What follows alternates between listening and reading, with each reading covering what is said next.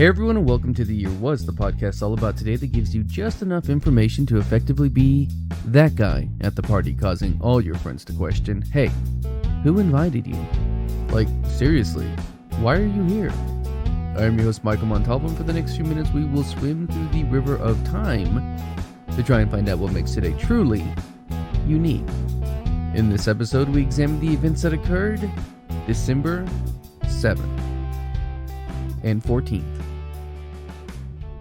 Look, I know Pearl Harbor was on December 7th, 1941, and yes, it is the obvious choice to pick for a podcast topic that deals with history, but for whatever reason, I have decided not to do it. Honestly, it just seems a little too daunting a topic to tackle. I sometimes feel that on topics that are widely known, such as Pearl Harbor, there is little I could do to add to them, and this is just one of those instances. I couldn't add anything of substance to the conversation, and so many others have actually done it so much better. I do encourage you to learn more about it if you so choose, but one of the things I like learning about on this podcast are some of the more obscure facts about what makes each day of the year so unique. Added to this, there is a very weird phenomenon for me that whenever I talk about a fire topic, another fire topic inevitably comes up the very next week. And so that's exactly what happened this last week. So let's talk about another fire. According to Wikipedia, the Winecoff Hotel opened in 1913 as one of the tallest buildings in Atlanta, Georgia. Built by William F. Winecoff, the hotel was built on over 4,000 square feet and boasted that same square footage on each of its 16, minus the 13th, for obvious reasons, floors. An interesting thing here is that while most hotels have multiple stairways, back in the early turn of the last century, hotels with less than 5,000 square feet were permitted to have a single stairway. This, as you may imagine, can cause a bit of a problem. The building was described as fireproof with its steel frame and concrete floors, but despite being built up to code, it did lack automatic sprinklers and fire doors and exterior fire escapes. So let's jump forward to December 1946. It was a period just after the Second World War, and 280 to 304 guests filled the halls and rooms of the hotel on the evening of the 6th until the year was 1946, and last week, on December 7th, the Winecoff Hotel fire became the deadliest hotel fire in U.S. history. The fire started on the 3rd floor and was first noticed by a bellboy responding to a room service call around 3:15 a.m. He had found the halls full of smoke, and this actually resulted with him being trapped inside of the room. The fire became so severe it actually trapped everyone above the 4th floor in the hotel, but amazingly the fire was not reported until 3:42 a.m. When the call was made, a fire engine arrived in under a minute. Most sources claim 30 seconds. At that point, there was no use in using the building's single stairway, resulting in many left to be rescued either by ladder or by jumping from a window into a net. Those that jumped did so because they were unfortunately out of the ladder's reach. In a depressing bit of information I read, people were already jumping before the fire engine arrived, and they had to work around the bodies littering the street. Many trapped guests opened windows to get fresh air, but only let in more fuel for the fire to continue to burn. A second alarm was sounded at 3:44 a.m., only minutes after arriving on the scene, and a third at 3:49. A general alarm was eventually sent out at 4:02 to fight the growing fire. Firefighters climbed adjoining buildings in order to continue the fight and rescue those who were able to be rescued. Spectators gathered and workers from nearby buildings extended ladders in order to try and save those trapped inside. The fire was eventually brought under control just before dawn, but not before the building had suffered immense damage. Of the hotel guests, 119 were killed and over 100 were injured. So how did it start? We don't know.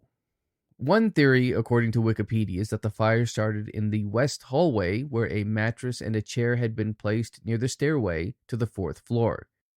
It is theorized that someone dropped a lit cigarette that then ignited the mattress and other combustibles, but we may never really know.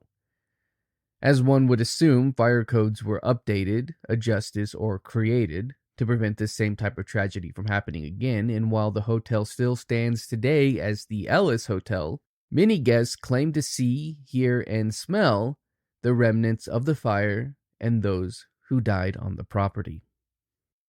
The year was 2012, and on this day, December 14th, the Sandy Hook school shooting occurred. Guys, Sandy Hook was 10 years ago, and it troubles me. It really only seems like yesterday that we were hearing about it. But I guess with the tales of Uvalde, Texas, and Parkland, Florida, and so many more, according to Time magazine, there have been over 200 school shootings since 2013, and that doesn't even begin to include theaters, dance clubs, supermarkets, and what have you. I guess what really bothers me here is that we don't think about it.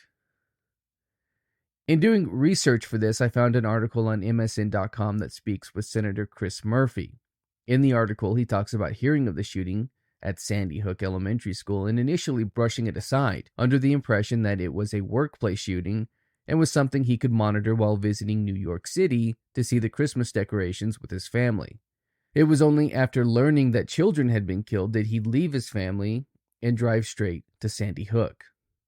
And I'm not trying to talk poorly of Senator Murphy. He recently stated in the MSN article, "I had not worked on the issue of gun violence prior to December 14, 2012. I'm deeply embarrassed by that. I should have been working on this issue."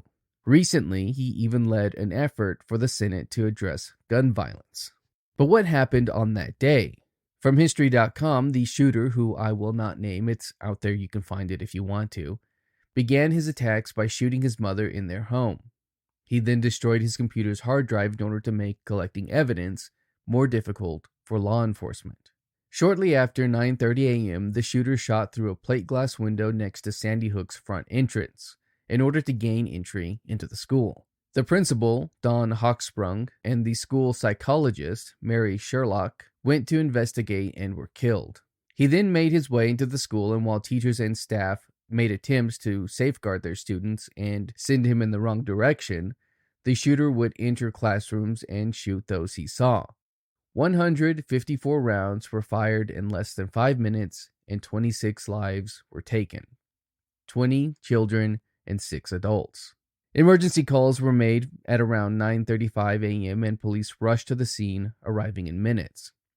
They entered the school and, after seeing an individual dressed in black, believed to be the shooter, heard a series of shots and found the shooter dead from a self-inflicted gunshot wound. The time was now approximately 9:40 a.m.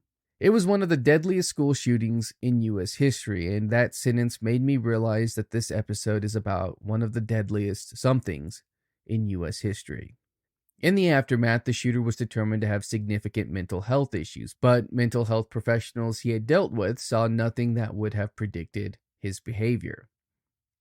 Then President Barack Obama called for new gun safety measures, the primary goal being to expand background checks for gun buyers, but this was blocked by the Senate. That's going to do it for us today. If you like this podcast and want to hear more, give us a rate and a review. That helps me out and helps steer this in a direction that is hopefully good for all. If you're watching this on YouTube, you can find the Year Was audio version on your podcast app of choice. You can find me on social media and at YouTube at the Apple Cider Club. And as always, I want to thank the Tim Kreitz Band for our musical theme. And thank you for listening. We'll see you next time.